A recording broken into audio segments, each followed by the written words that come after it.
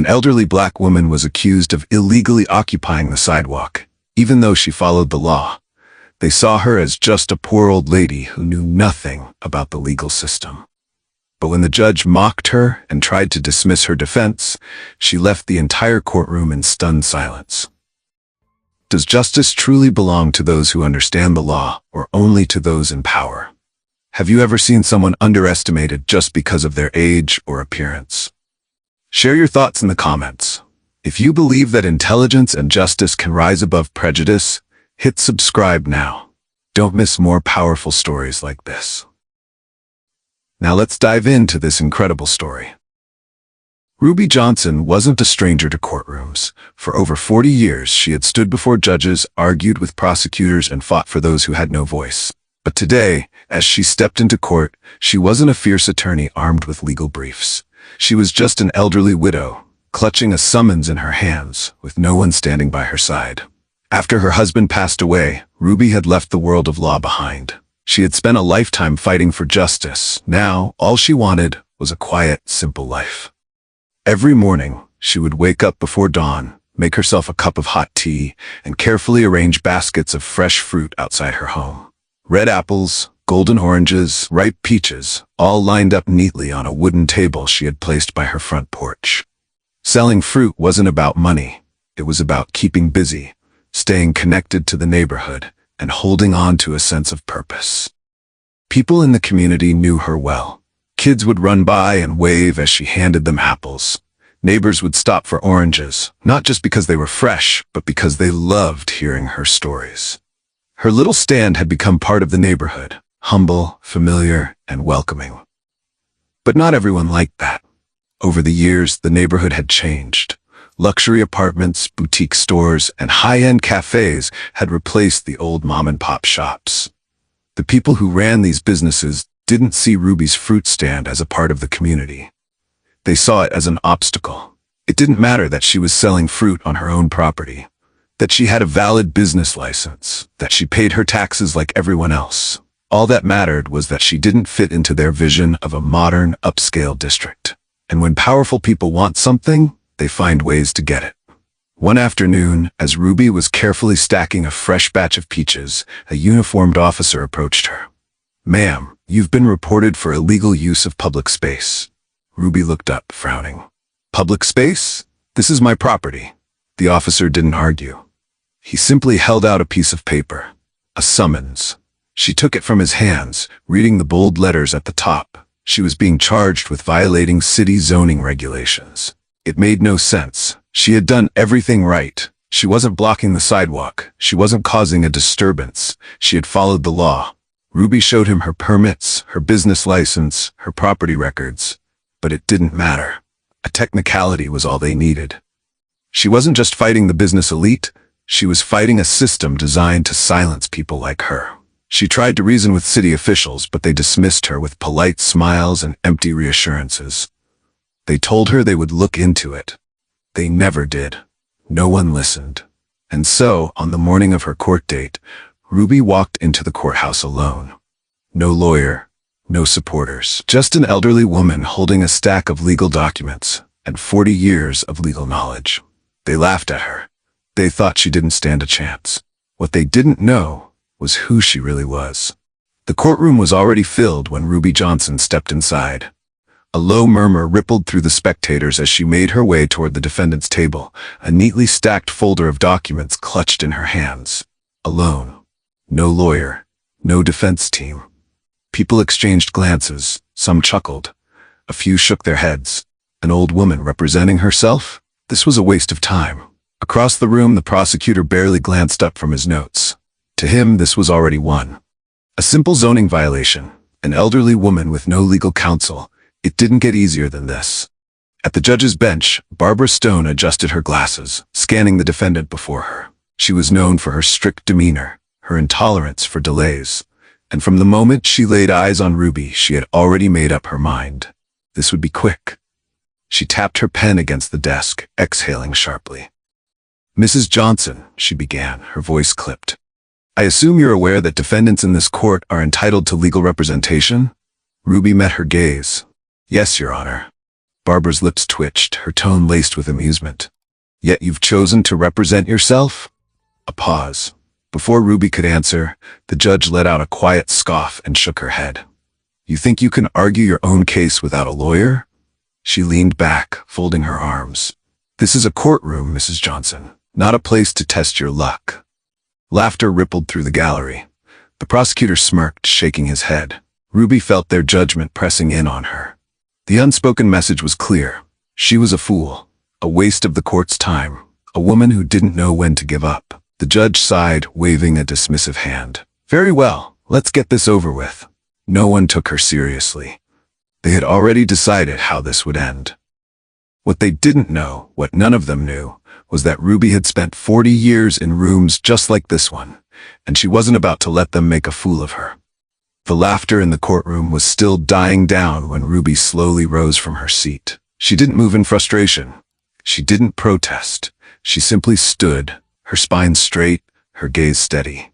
The judge, still looking unimpressed, tapped her pen against the desk. Mrs. Johnson, do you have something to say? The murmurs in the gallery softened.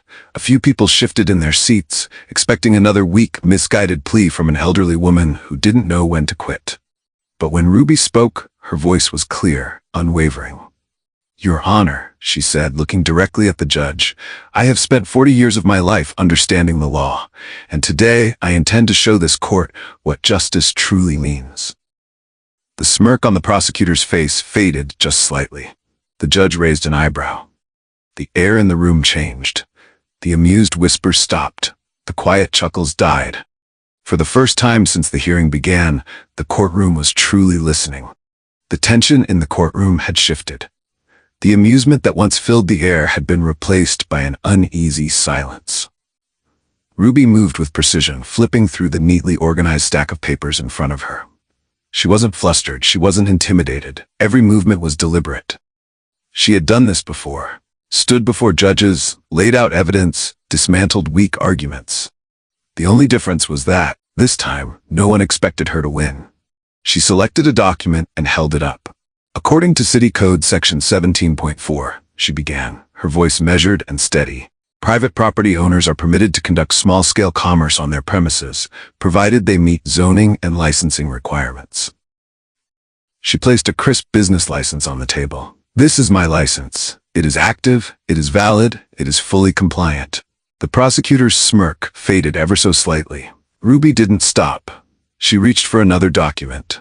This is my property deed, she continued, lifting it so that the court could see. It clearly defines the boundary of my land.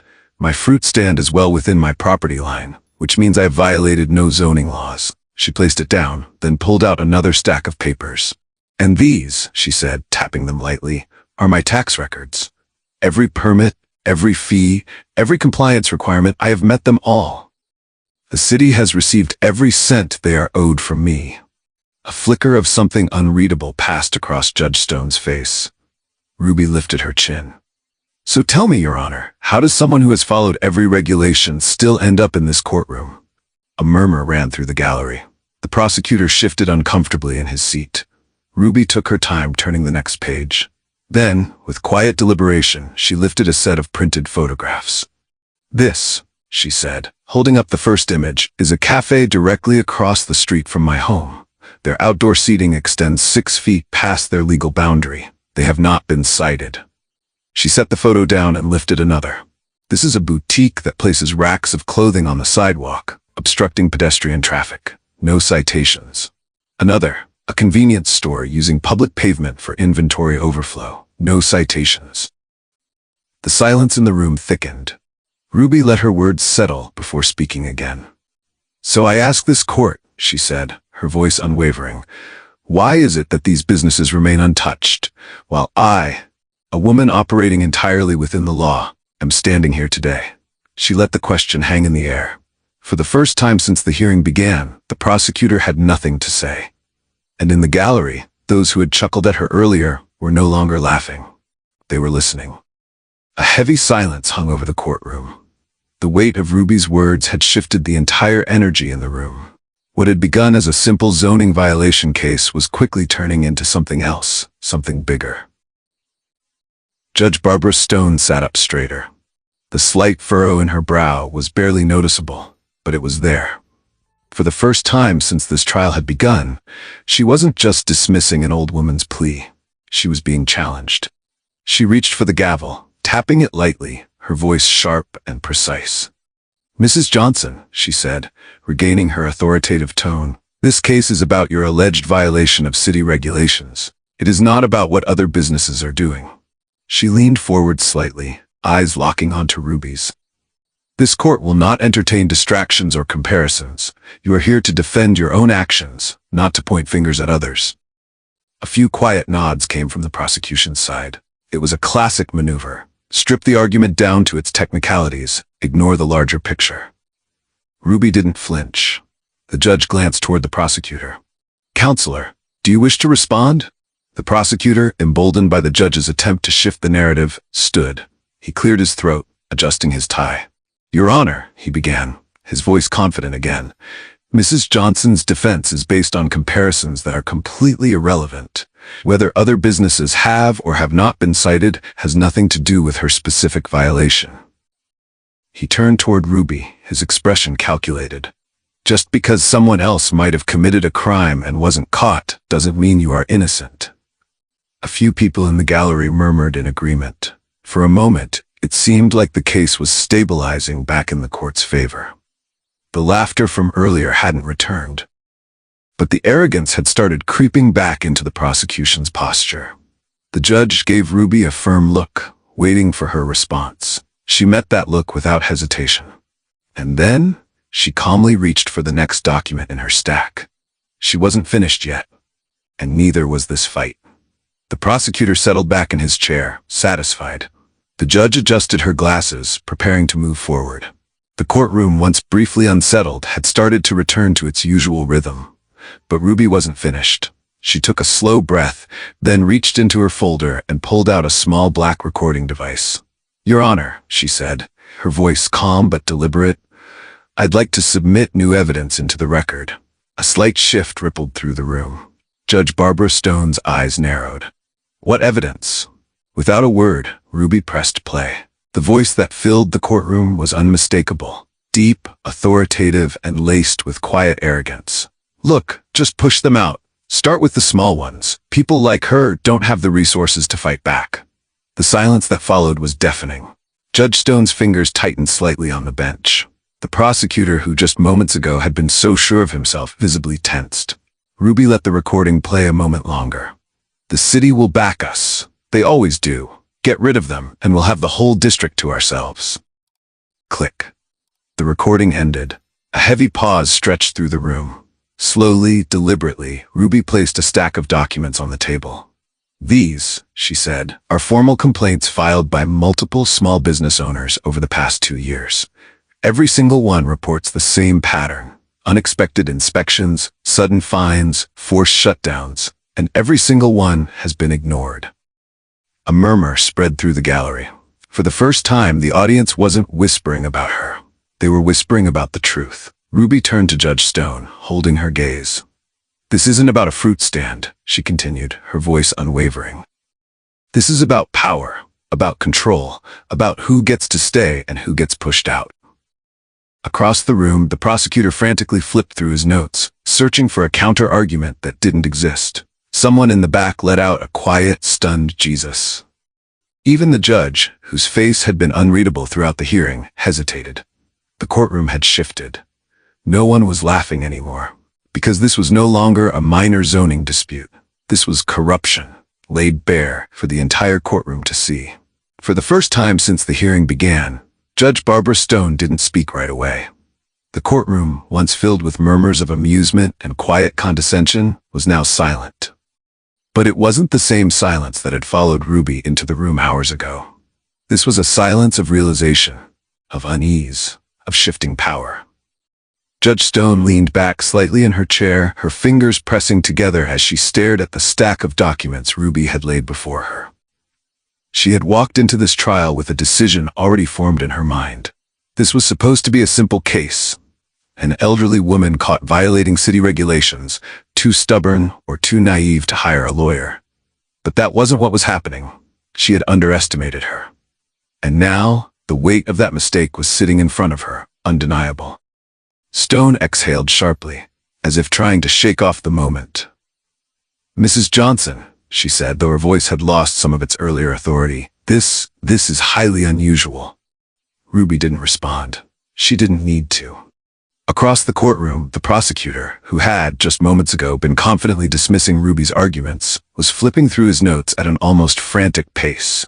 His expression, once full of smug certainty, was beginning to crack. He cleared his throat, reaching for something, anything, that could salvage his case. "Your Honor, this doesn't prove that the defendant is innocent of violating zoning laws. This is a distraction." His words lacked the sharpness they once carried. He knew it. The judge knew it. And most importantly, Ruby knew it. The balance of power in the room had shifted. Judge Stone stole a quick glance at the gallery where a few spectators were now leaning forward, watching with a newfound intensity. Some of them had laughed at Ruby before. They weren't laughing anymore. Stone's grip on her pen tightened. She was losing control of her own courtroom. And Ruby Johnson wasn't even done yet. The tension in the room was thick, stretching across the courtroom like a wire pulled too tight. The judge's grip on her pen was firm, her gaze flicking between Ruby and the crumbling case against her. The prosecutor sat frozen, his carefully crafted arguments now little more than scattered pages on his desk. But Ruby? She was steady, unshaken, unstoppable. She took a slow breath, letting the weight of the moment settle before speaking. And when she did, her voice was clear, unwavering, and filled the entire room. "Justice," she said, "cannot be manipulated by those in power. If the law only protects some while abandoning others, then it is not justice at all." The words hung in the air, sharp and undeniable. For a moment, no one spoke. Then, a single clap, another, and then, all at once, the room erupted. People stood, applauding, murmuring in agreement, shaking their heads in disbelief at what they had just witnessed. Even those who had doubted Ruby from the beginning couldn't deny what had just unfolded before them. This wasn't just a zoning case anymore. This was a reckoning. And the woman they had once dismissed as nothing more than an old lady with a fruit stand, she had just outmaneuvered them all. The applause in the courtroom slowly faded, but the energy lingered, a quiet hum of realization settling over the room. Judge Barbara Stone sat motionless, her hands folded in front of her, her expression unreadable. For the first time in years, she wasn't the one in control of the courtroom. She had entered this trial believing she knew exactly who Ruby Johnson was, a stubborn old woman clinging to something she didn't understand. But now, she saw her differently. Stone exhaled, then lifted her gaze, meeting Ruby's eyes. Not with authority, not with condescension, but with something else. Respect. She straightened, tapping the gavel once before speaking. But this time her voice was quieter, measured, changed. "The charges against Mrs. Johnson are hereby dismissed." A pause, then a slight nod. "Mrs. Johnson, I was wrong to judge you." The courtroom murmured, a mixture of surprise and satisfaction. Ruby didn't gloat, she didn't smirk, she simply gave a small, knowing nod. And with that, the case was over. As Ruby stepped outside the courthouse, the midday sun bathed her face in golden light. The weight of the trial was behind her. But the fight for justice? That was never over. A cluster of reporters waited on the courthouse steps. One of them, a young journalist with eager eyes, pushed forward, microphone in hand. "Mrs. Johnson, after today's case, will you return to practicing law?" Ruby smiled, a small, thoughtful curve of her lips. She didn't need a courtroom to fight for what was right. "Justice," she said softly, "is something we must fight for every single day, whether we wear a lawyer's robe or not." The cameras flashed. The murmurs spread. Bookmark. And as Ruby walked away, she didn't just leave as a free woman. She left as a symbol of what justice was meant to be. If this story moved you, don't keep it to yourself. Hit the like button and share it with someone who needs to hear it. Justice isn't just a courtroom battle. It's something we stand for every day. And if you believe in stories that inspire, challenge, and remind us of what truly matters, subscribe to our channel so you never miss another one. Your support means the world to us. It's what keeps us creating meaningful content. Thank you for being a part of this journey. See you in the next story.